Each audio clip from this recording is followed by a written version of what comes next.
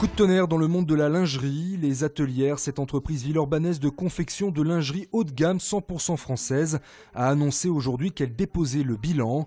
La coopérative serait en effet en cessation de paiement depuis le 5 février. Fondée en 2012 par des ex-Lejabi, les Atelières étaient déjà passées près de la liquidation. Mais une souscription en mars 2014 avait permis de récolter plus de 650 000 €. Une aide insuffisante. Nos clients en façonnage ont connu la crise russe et donc du coup on a eu des impayés importants. Et ensuite on a eu des grosses baisses de commandes. Donc ça c'est un fait objectif, macroéconomique. Et puis un autre fait qui est qu'on est arrivé tardivement avec notre propre collection qui aurait dû nous permettre de nous affranchir un petit peu de la sous-traitance.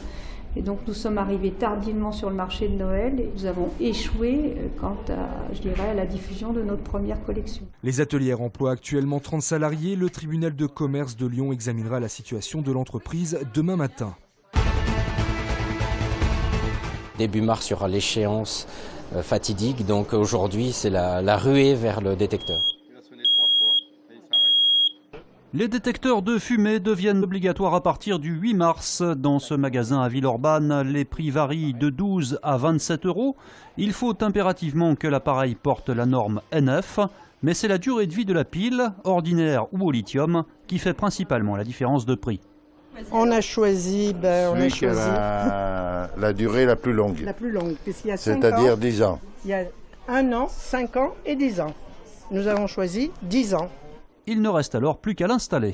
On l'installe au plafond de préférence, dans la pièce de circulation, donc le couloir qui dessert les pièces de l'appartement, de la maison. Un par niveau, on le place et puis il faut juste veiller tous les mois à faire un petit test pour s'assurer que la pile fonctionne bien. Enfin, gare aux arnaques, l'UFC Que Choisir en a déjà relevé quelques-unes. Il y a des gens qui proposent aux locataires, aux propriétaires d'installer de tels équipements pour une centaine d'euros alors que ça vaut 20 €. Donc c'est pas la peine de donner suite à ce genre de proposition.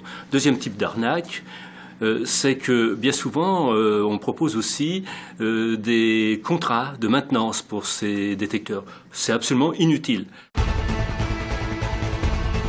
Ça sera un point et c'est déjà bien. L'OL a été tenu en échec un partout à Lorient hier soir et les Lyonnais ont eu chaud. Les vagues offensives lorientaises se sont abattues sur les cages lyonnaises tout au long de la première période.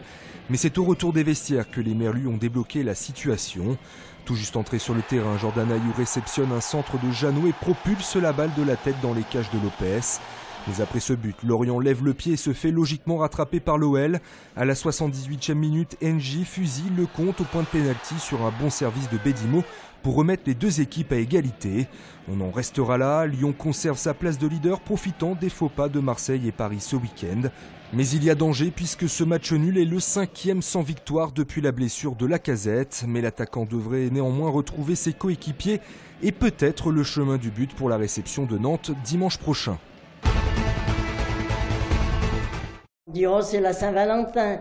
Allez, on va ouvrir une bouteille de pétillant, mais sans plus, voilà. Lucie et Fernand ont arrosé samedi la Saint-Valentin chez eux à Caluire, mais ils viennent surtout de fêter 70 ans de mariage, des noces de platine.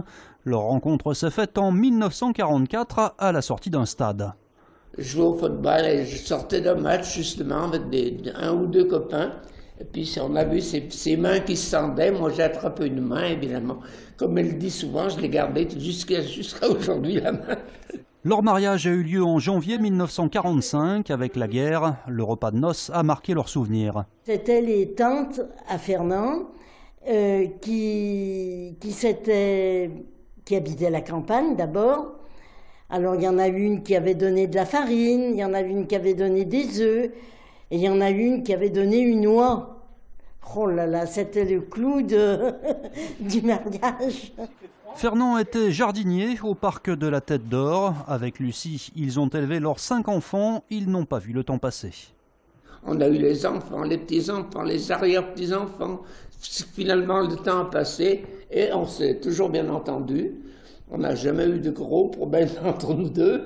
Alors, ce qui fait que 70 ans après, on peut dire tout va bien.